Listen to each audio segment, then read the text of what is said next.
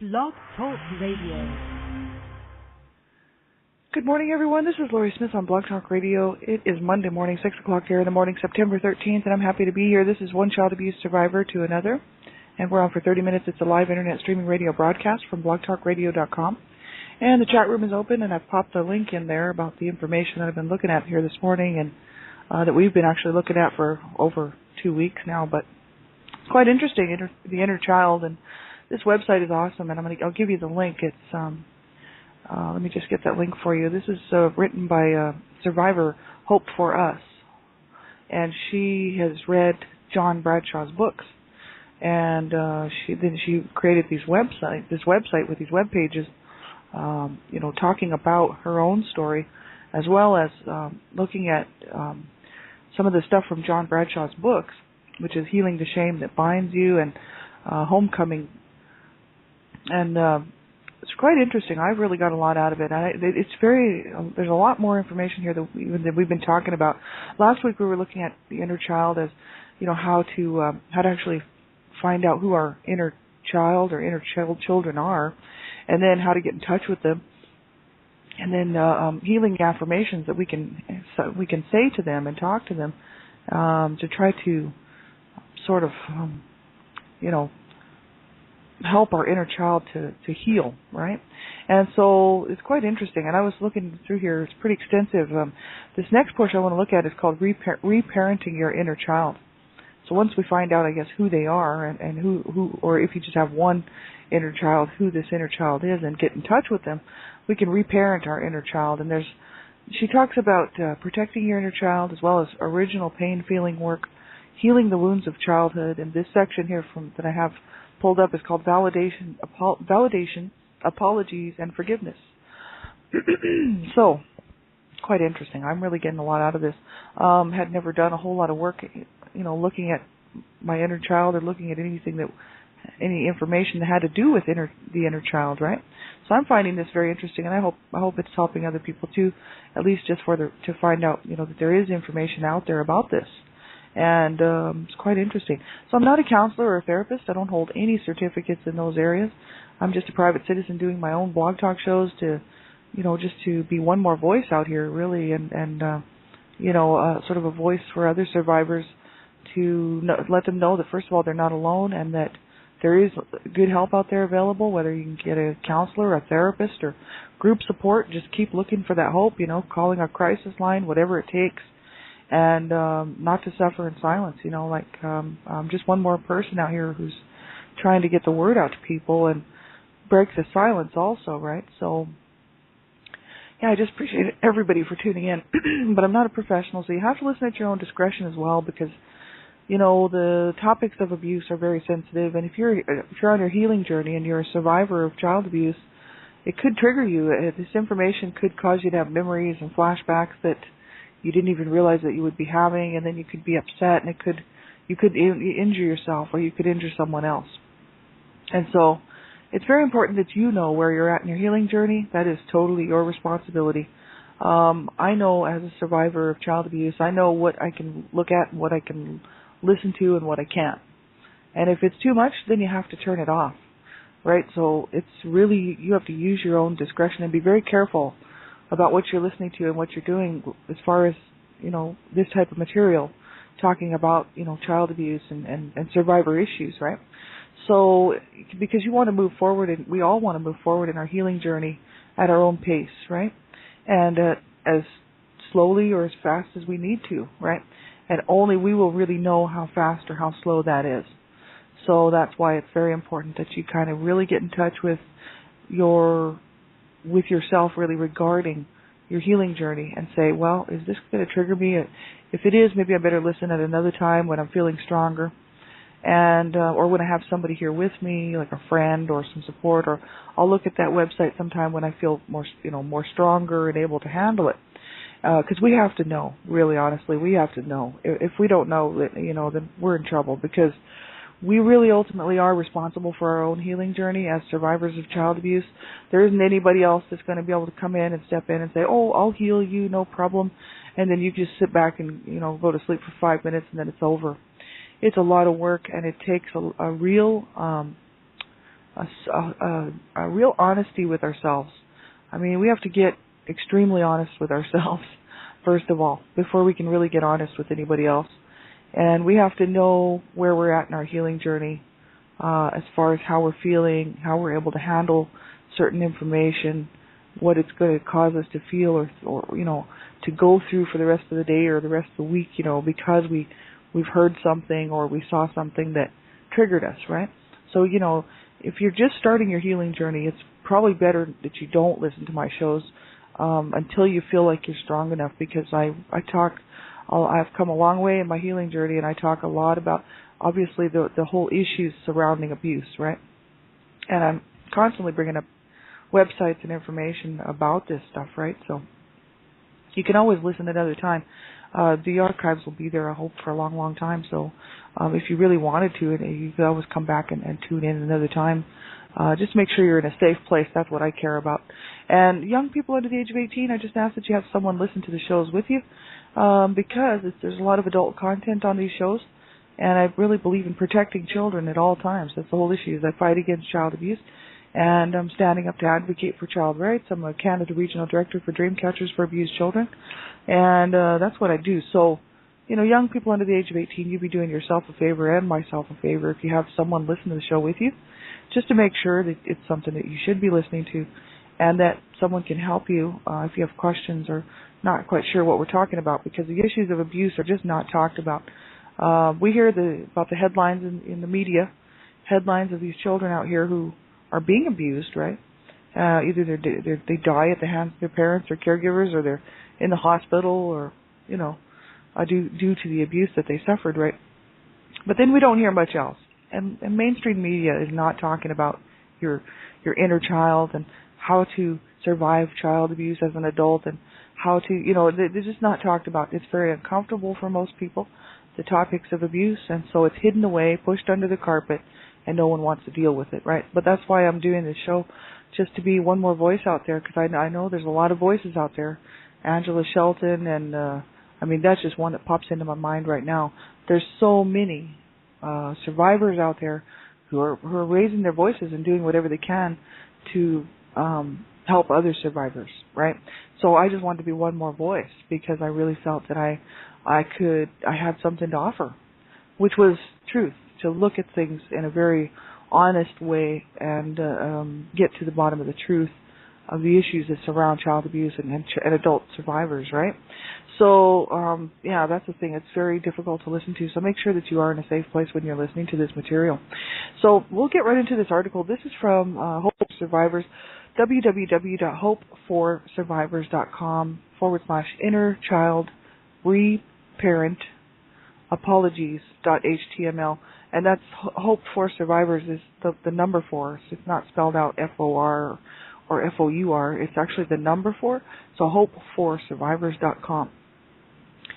And like I said, this is all put out by Hope for Us, and she's a survivor, and you can go through this website and check out her story about her, and it's just awesome. Like, she's really done some great work here, and I love her stuff, and we've already spent pretty much 2 weeks on this already. But I really wanted to look at reparenting, because that has a lot to do with that nurturing, that self-nurturing, and learning how to nurture ourselves. If we didn't receive a lot of nurturing or care as children, a lot of that whole loving bond, attachment between mother and daughter, between father and son, between daughter and father. The normal parenting and the normal bonding that should happen, between parents. Then we have to go back and redo that ourselves, because really there's not very many times that this can happen through somebody else. I just can see it happening with anybody in my life. I had to go back and reparent my inner child, and so this is what I'm kind of learning how to do, is to nurture myself and to reach into myself, to love myself and nurture that wounded inner child that was in there and still is in there. But she was raging mad, through about 4 years ago. She was just raging and always unhappy and very, very angry and sad, And now, because I've come quite a ways in my healing journey, she's not so angry or not so sad anymore. She's confused right now. So that's the whole issue. I still have some work to do to reparent my inner child, and so that's why I wanted to look at this morning, because my inner child is just a little bit kind of confused and a little still upset, about the whole thing, trying to figure out why she should forgive and why she should be happy, because my adult self has had to go through a lot of work to forgive my abusers, which were my parents, and because I did it for myself, really, so that I could heal, right? And to learn to help myself, because I had to learn how to be good to myself. Many times, survivors of child abuse, we're so good maybe at helping other people, right? I mean, I know lots of survivors who are so extremely good at helping other people and wanting to do the right thing by other people, but then when it comes to themselves, it's like, nah. I don't worry about that, right? And it's because we never got any care or concern ourselves, so we don't even know how to do that for ourselves, right? And that's harsh, because we're good people and we care about people, and yet we can't care about ourselves. And so I think it's very important, if we want to stay alive on this planet and stay well and healthy and heal, we have to learn how to take care of ourselves, and that's a huge deal for people who have been abused, especially if you've grown up with a lot of chronic dysfunction and a lot of codependency, and everybody else's needs came first and yours just didn't count. And we went through about 2-3 weeks worth of codependency stuff there not too long ago, and I was really interested to take a look at that. And and then you just develop this attitude that you just don't matter anyway, because that's how I grew up. My needs were not met, and it didn't matter that they weren't met. And my parents were so busy with their own dysfunction that they didn't care about their children's needs or wants or desires, and really, or even their health, So because my parents didn't care about my health, and they didn't care about their own health or each other's health, we didn't learn as children, my siblings didn't learn how to take care of ourselves. So we all are suffering from that. There's only 3 of us left here on the planet out of 7. But 1 was murdered, so really, that wasn't really his fault. Who knows what he would have gone on to do as an adult, right? But there's 3 of us, and we never really did take care of ourselves, And it's just from growing up in this whole lack of just not understanding how to do it, because no one showed us how to do it. I mean, I know that I have to eat to stay alive and drink water and stuff like this, but when there's something wrong with me, will I go to the doctor? No, because I was never taking a doctor as a child, right? Because my parents were abusing me, so obviously they were not going to take me to the doctor. I had many accidents and things that would happen, and also from the abuse too, but I had some accidents that were pretty bad where I couldn't even walk, because I fell on a root one time out in the backyard. My nephew pulled a chair out from under me, and I fell on a root and couldn't walk for 3 days. And my parents didn't even take me to the doctor to see if there was anything wrong, which obviously there was something wrong, and there still is today. But and some of the abuse that I suffered as well, they should have taken me to the doctor. But of course they're not going to do that. They were already brought up on charges, right? So they didn't take any of us to the doctor, even when there was some really heavy-duty stuff going on, and so we never saw the doctor for earaches.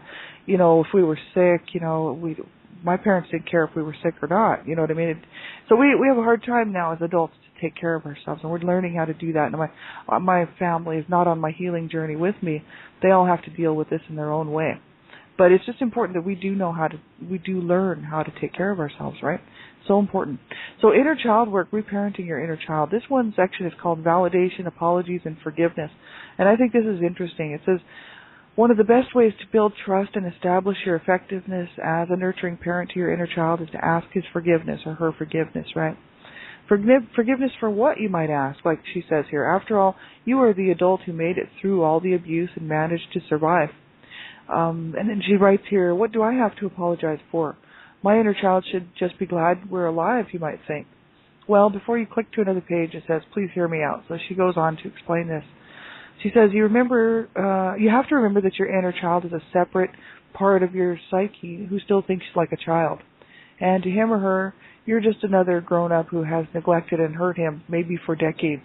It says, if you really want to heal and reparent your inner child, a few apologies might be in order. So she says, the most obvious apology will be for neglecting him or her all of these years after you became an adult but did not recognize that you had a wounded inner child within you.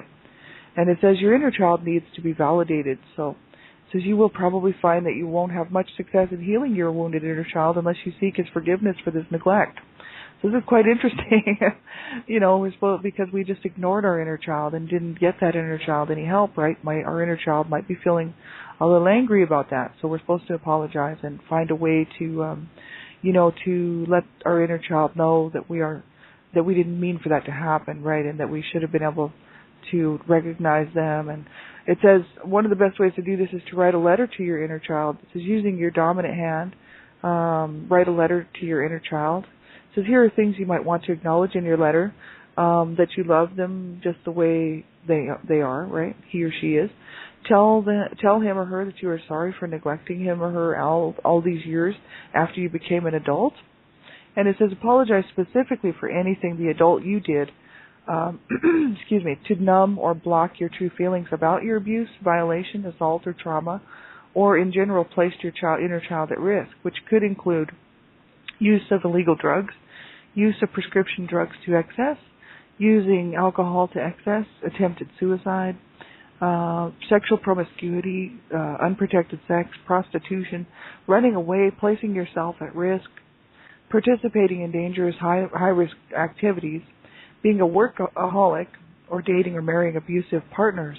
So these are all things that we could say, like if we did any of those things, we could apologize to our inner child for putting them at risk and for not comforting them when they were scared or, afraid or whatever. Right? It does make sense, and I know, if you recognize that you have an inner child, then this does make sense, right? And I knew I had an inner child.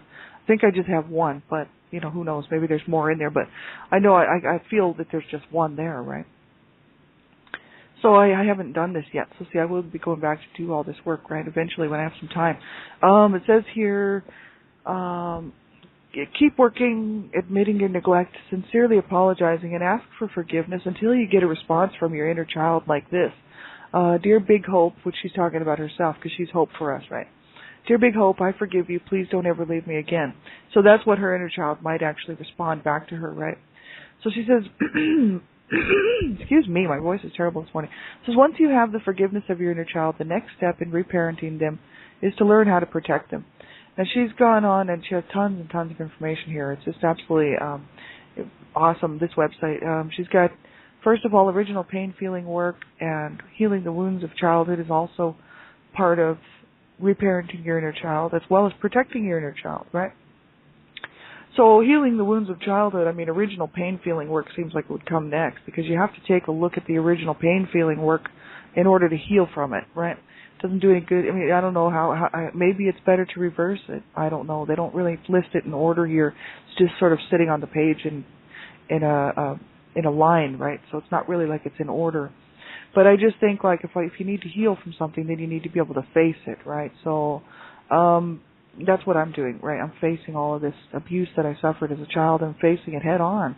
Facing it a piece at a time, because really, honestly, there's a few memories that I haven't been able to connect with. I have bits and pieces of some horrible childhood molestation done to me, and when I was about 8 years old.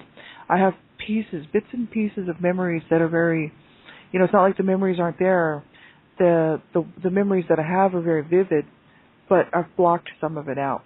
And so I can't really connect with it and heal from it because it's not all there, So someday I'd like to get in touch with all of that and go back and do some work to get that up to the surface, because I've blocked that, numbed it out, blocked it out somehow, and maybe I've just repressed memories. That's what I think it is. I don't think I have DID. I'm pretty sure that I'm not DID. I would venture to say that I'm not. But I think that I probably repressed it, some of it. So I do remember some of it, and some of it I don't. So I think there's some missing stuff there. So that's why I'd like to really get in touch with that. So, the original pain feeling work, and then healing the wounds of childhood, right? Protecting your inner child so that they are not, injured again. Because, if your parents, obviously, if your parents or caregivers were not protecting you, or someone wasn't protecting you from your parents, right? Then your inner child is going to feel like they are still very vulnerable. They still need protection.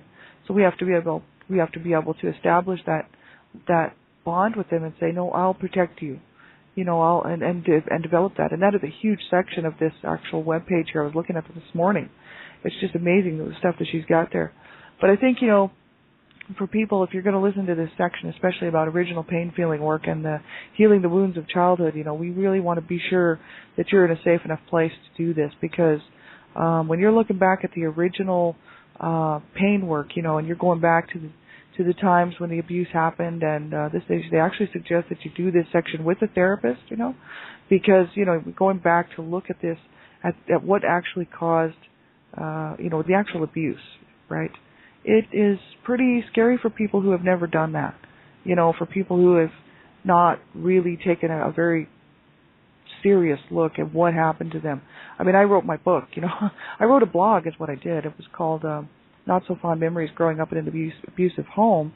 I wrote this blog, and Dreamcatchers for Abused Children President Donna Shear saw it, and I was already volunteering with them, but she saw my blog, and she said, that needs to be a book. You really should have that in a book form so that people can get a hold of it, instead of just a blog. It should be a book, and I was like, well, okay, I never really thought of that, you know what I mean? So, but I detail the abuse that I went through, that I totally remember.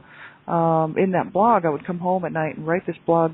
Starting last October, I started writing my blog, and I'd come home after work, and the chapters would just spill out. They would just come out, and we left it as is. So my book is my blog. Really nothing much got changed in it, except for some, grammar errors and stuff like that. But they left my blog alone and just put it into a book form, right? So that's awesome. So they let my voice be heard, and so my book details a lot of the abuse that I went through, and I got pretty graphic with it because I wanted people who had never experienced child abuse to know just how harsh it is. It's not, we're talking people. A lot of times, people, when they hear about child abuse, they like to diminish it or make it seem like, oh, it's not that bad, or oh, it couldn't have been that bad, or they like to minimize it.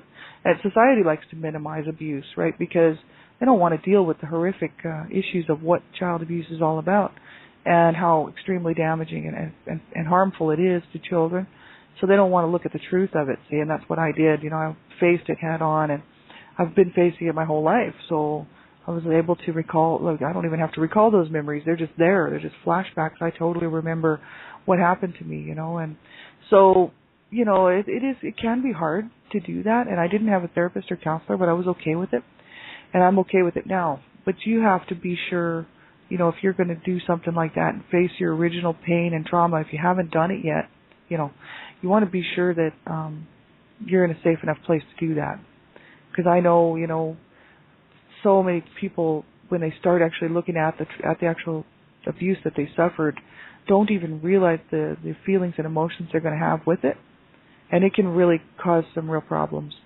So I think it's, you have to be very careful, and I think if you've noticed that you can't handle stuff like that, and it doesn't seem to be something that you can do on your own, then don't do that stuff on your own, right? Make sure you have someone with you, someone who cares about you, like a friend or supporter, or your therapist or counselor if you have one, to make sure that you're safe enough to actually do that stuff, right? Because it's so important. You don't want to go backwards in your healing. And that's what I've read in so many websites over this last year or so, talking about regressing in our healing. We don't want to do that. And so, if we have to be honest with ourselves at what point we are at and whether or not we can handle this material. So I just want to, kind of make sure that people understand this, because so many times, survivors want to heal so badly that they'll rush through things, and without even realizing that it's causing more problems than if they had just waited till they were strong enough to handle the stuff, right?